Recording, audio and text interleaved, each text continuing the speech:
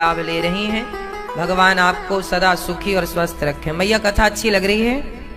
सबको अच्छी लग रही है कि सिर्फ आपको? सबको? आप लोग सब परिवार के सदस्य हैं, सब साथ में अच्छी लग रही है? आज पूछेंगे हम क्या अच्छा लगा।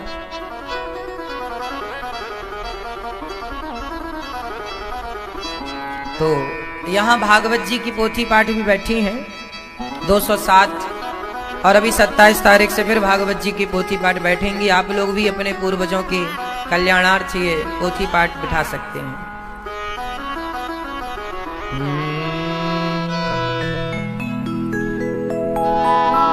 कल कथा हम लोगों ने सुनी कि भगवान ने गिरिराज जी को उठाया, गोवर्धन उठाया। बोलिए गिरिराज धरण भगवान की जय। भगवान गोवर्धन उठाते हैं, इसका मतलब है कि भगवान गोवर्धन मतलब गाय का वर्धन।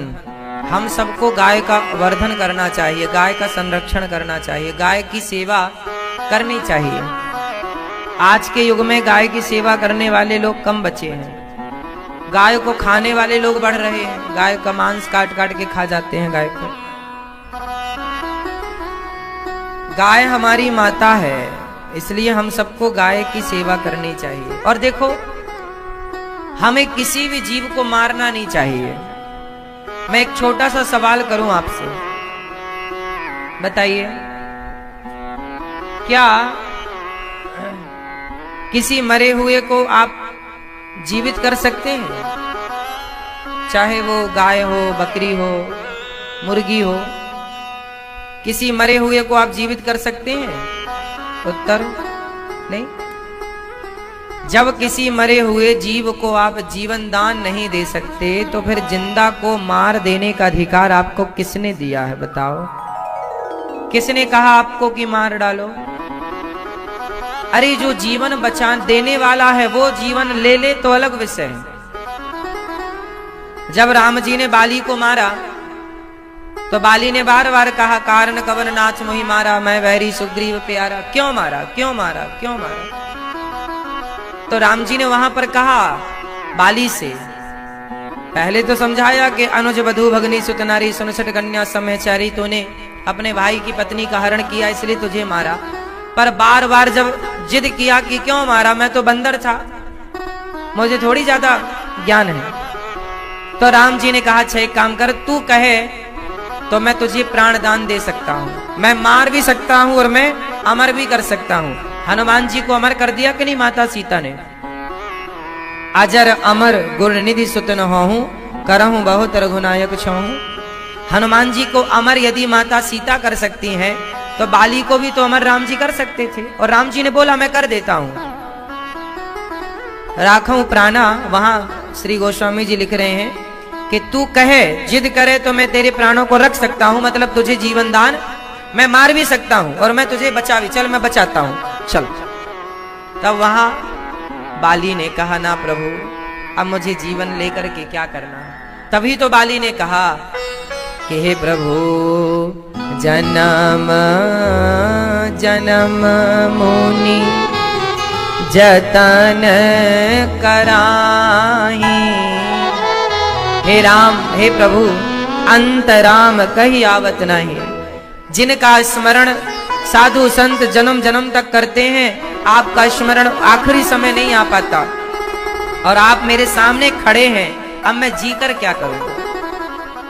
ये बाली ने कहा कि अब आप मेरे सामने खड़े हैं और आपने कहा कि मैं तुझे जीवन देता हूं, तो अब मैं आपसे जीवन लेकर करूंगा क्या?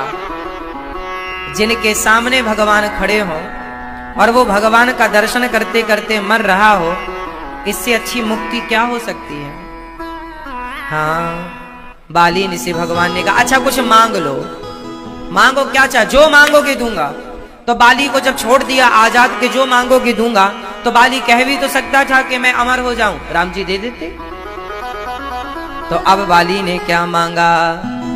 अब नाथ करी करुणा बिलो कहूँ, देहु जो बर मांगा हूँ, जेहि योनि जन्म हूँ, कर्म बसता राम पद अनुराग। अब नाथ करी करुणा विलोकहु देहु जो बर मांगहु ये योनि जन्महु कर्म बसता राम पद अनुरागहु। हे प्रभु अब नाथ करी करुणा विलोकहु देहु जो बर मांगहु। अब वो वरदान दीजिए जो मैं मांगता हूं, तो मांगो। तो जे योनि जन्महु, आप अर्थ करते चलना, ठीक है। बाली ने कहा प्रभु वरदान दो, क्या वरदान? तो मांगा जे योनि जन्महु कर्म बसता। इसका मतलब क्या हुआ? हे प्रभु मैं जिस भी योनि में जन्म लूं कर्म बस। मैं आपसे ये नहीं कहता कि आप मुझे अगले जन्म में मनुष्य ही बनाना। यदि मेरे कर्म के कारण मुझे अगले जन्म में कुत्ता बनना है तो आप कुत्ता ही बनाना। मेरे कर्मों के बस यदि मुझे अगले जन्म में बिल्ली बनना है तो बिल्ली ही बनाना, उल्लू बनना है तो उल्लू ही बनाना। जे योनि जन्महु कर्म बस, कर्म बस मुझे जहां भेजना भेजना। परंतु आखिरी लाइन, जे योनि जन्महु कर्म बस तहां राम पद अनुरागहु। मैं जिस योनि में जाऊं मुझे भय नहीं, आप भेज दीजिए। पर जिस योनि में भी रहूं प्रभु आपके चरणों में अनुराग प्रेम बना रहे। मैं आपके स्मरण में डूबा रहूं और आपके चरणों को ना भूलूं। हे राम मैं आपको कभी भूलूं नहीं। हे राम मैं आपको कभी भूलूं नहीं। बस इतनी सी बात। भगवान से हम वो ना मांगे जो हम चाहते हैं। प्रभु क्या मांगना है? देखो मारने का अधिकार भगवान को है, इसलिए आप किसी जीव को मारें ये आपका अधिकार क्षेत्र नहीं आता। इसलिए हमने मना किया, शास्त्र भी मना करते हैं, अहिंसा ही परमो धर्म। किसी को मारना मत। आप लोग तो किसी मछली वछली को मारते नहीं हो ना। मांस वांस खाते हो आप लोग? आप खाते हो भाई? आप खाते हैं मांस, मुर्गी, मछली, अंडा? मैया, ओ मेरी मैया, खाती हो? नहीं, नहीं खाना। और किसकी सेवा करते हैं आप लोग? कुत्ते की। सवेरे सवेरे मैडम कुत्ते को ले जाती है पार्क में टहलाने।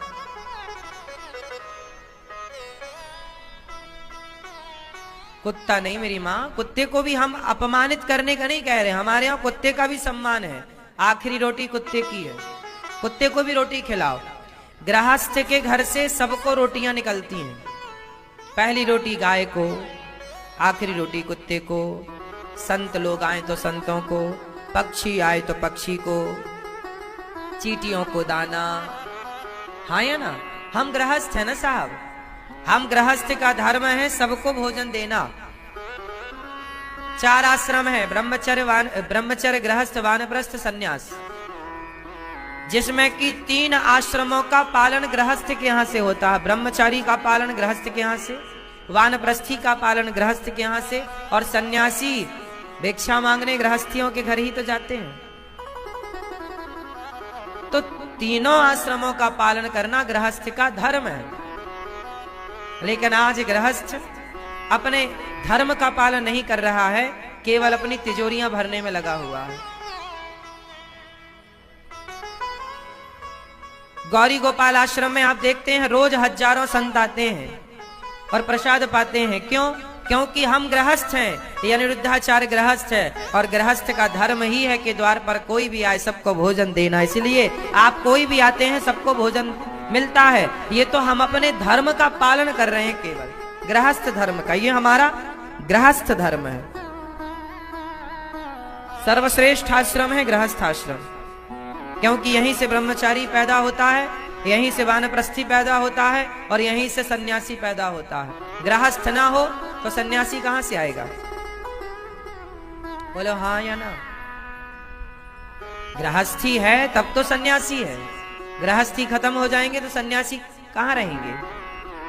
इसलिए सबसे श्रेष्ठ आश्रम है गृहस्थ आश्रम।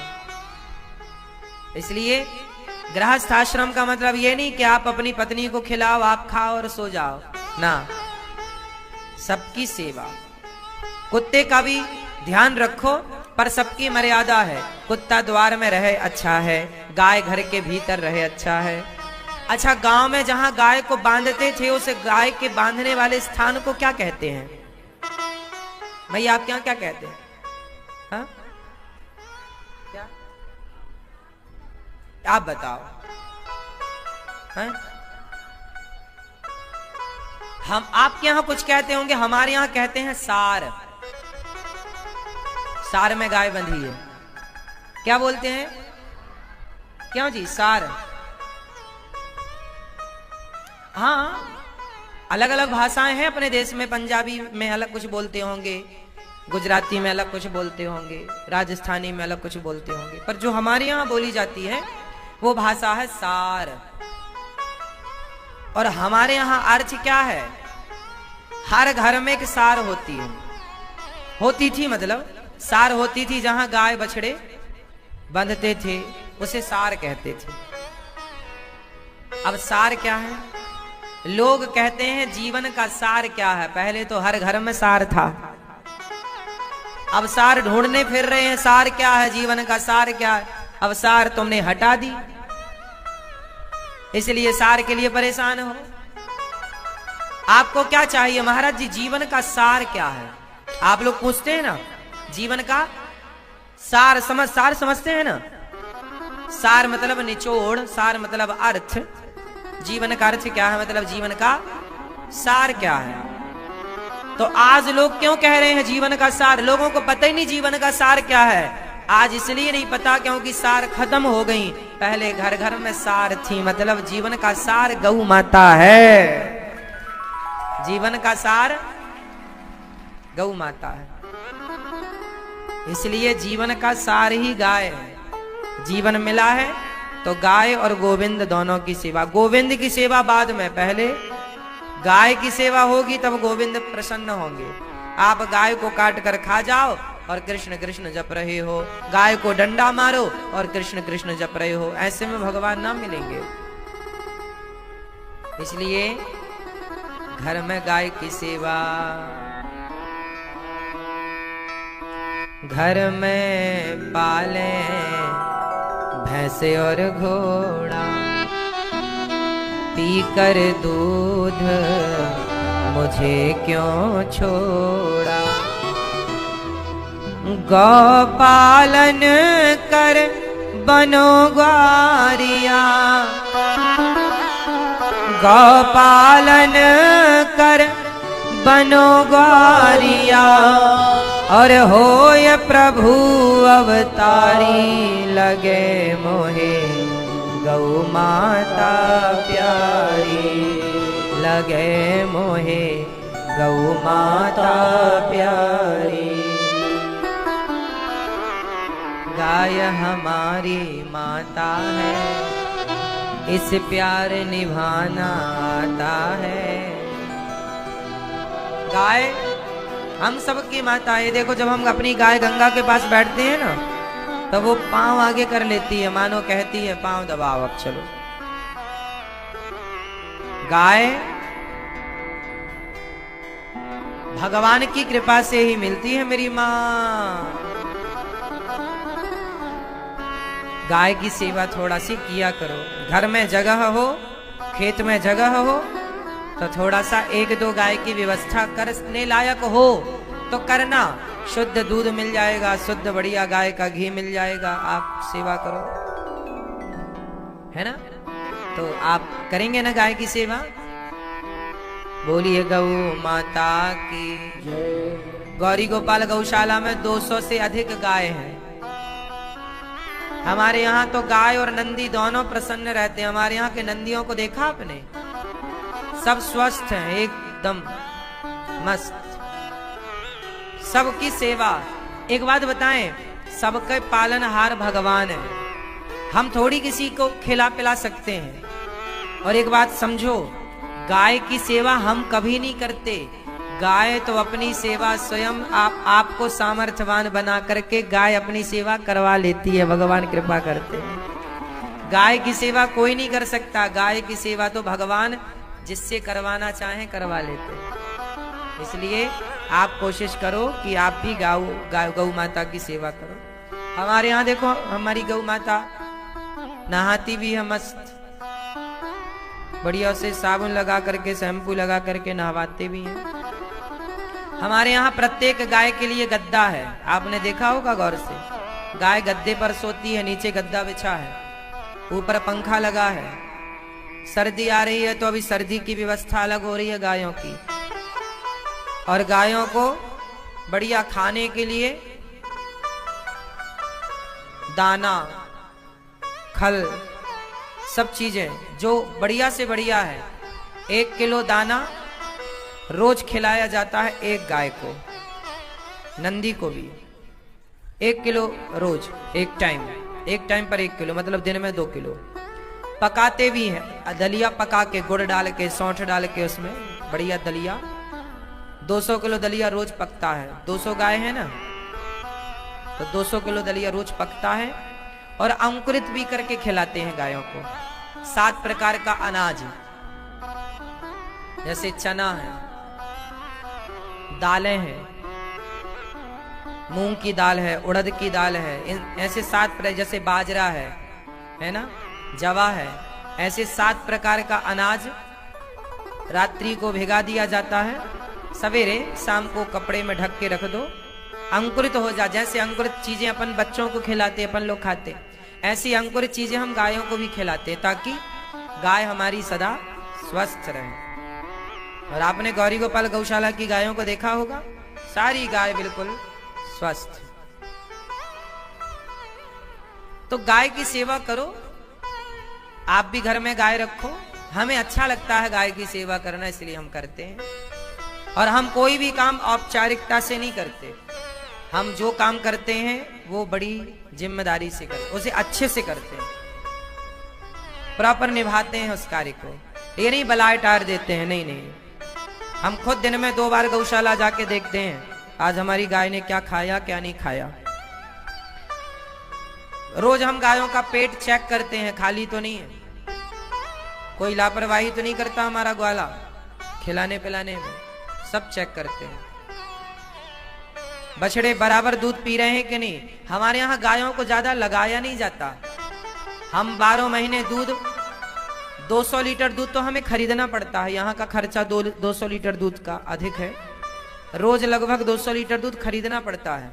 हमारे यहाँ गाय में बच्चे ज्यादा पीते हैं, बछड़ा बछिया जो है ना वो ज्यादा पी जाते हैं।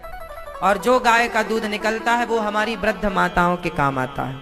हमारी वृद्ध माताएं अपनी गौशाला का दूध ही पीती हैं। इसके बाद भी 200 लीटर दूध खरीदना पड़ता है, क्योंकि खीर बनती है।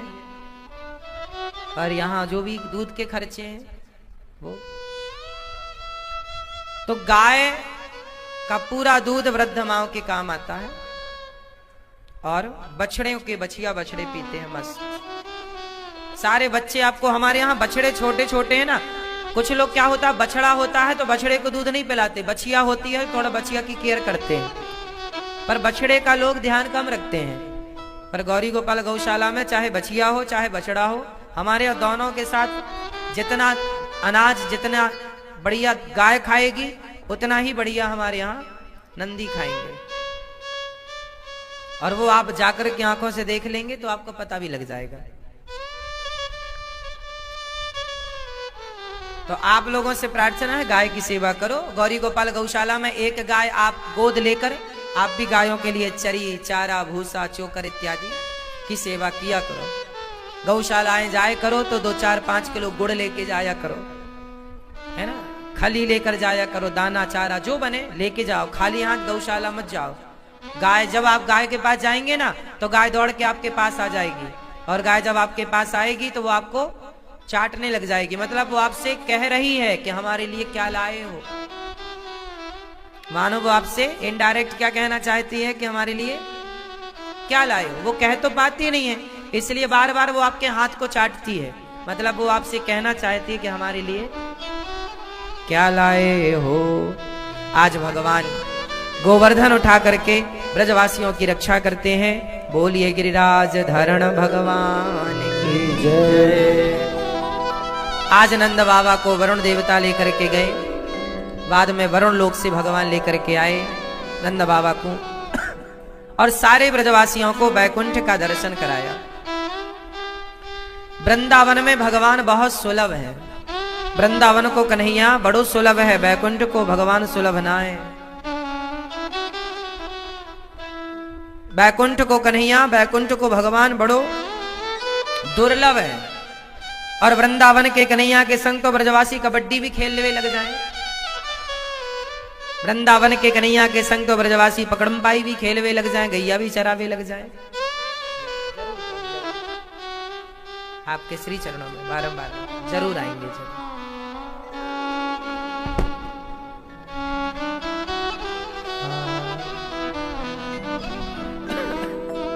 श्री ब्रजवासियों को वृंदावन से अच्छा वैकुंठ भी नहीं जचा, नहीं लगा। इसलिए तो कहते हैं वृंदावन की महिमा प्यारे कोई ना जाने, प्रेम नगरिया मनमोहन की प्रेमी पहचाने। तो धन्य है ये वृंदावन जहां भगवान भी को आज आनंद कर रहे हैं। हम बड़े भाग्यशाली हैं कि उस धरती पर बैठे हैं जिस धरती पर भगवान के चरण पड़े हैं, भगवान ने लीलाएं की। बोलिए वृंदावन धाम की जय।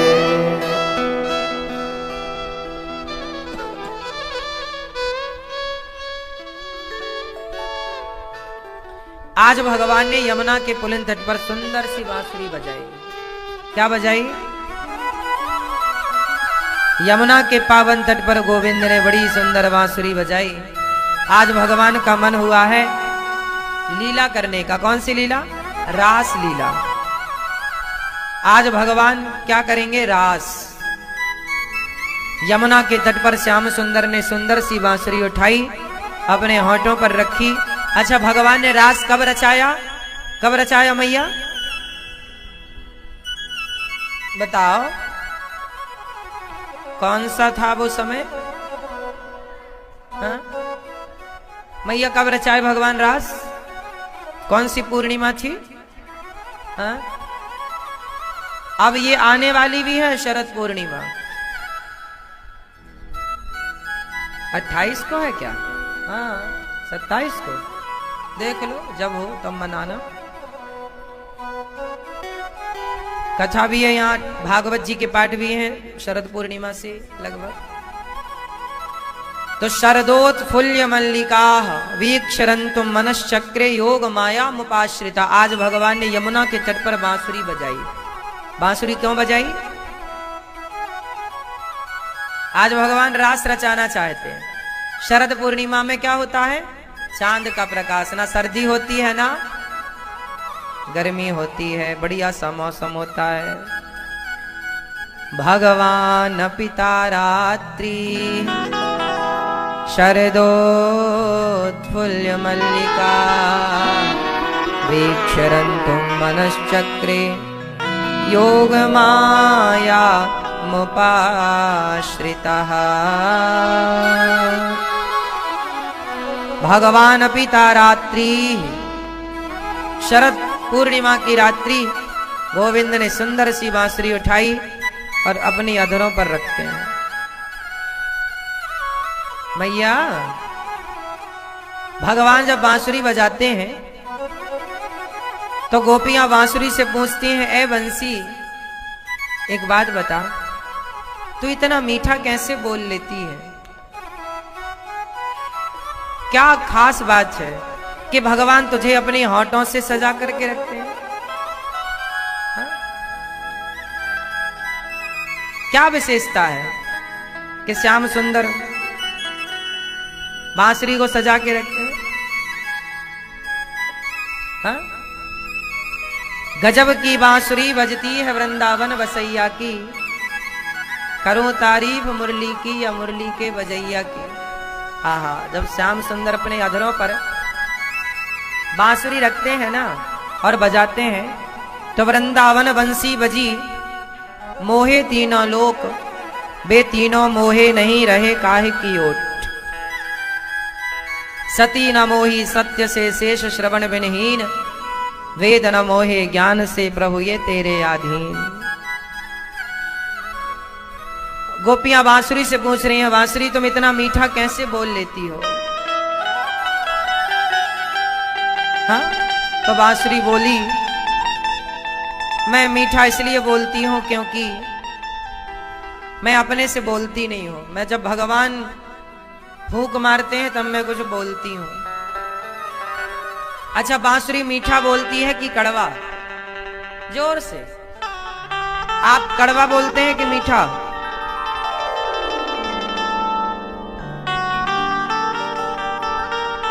आप भी थोड़ा मीठा बोला करो, अच्छा बोला करो, क्योंकि जो अच्छा बोलता है ना, भगवान उसे अपने होठों पर सजा कर रखते हैं। बंसी ओ बंसी, बंसी ओ बंसी, इतना बता तूने कौन सा पुण्य किया है। बंसी ओ बंसी, इतना बता तूने कौन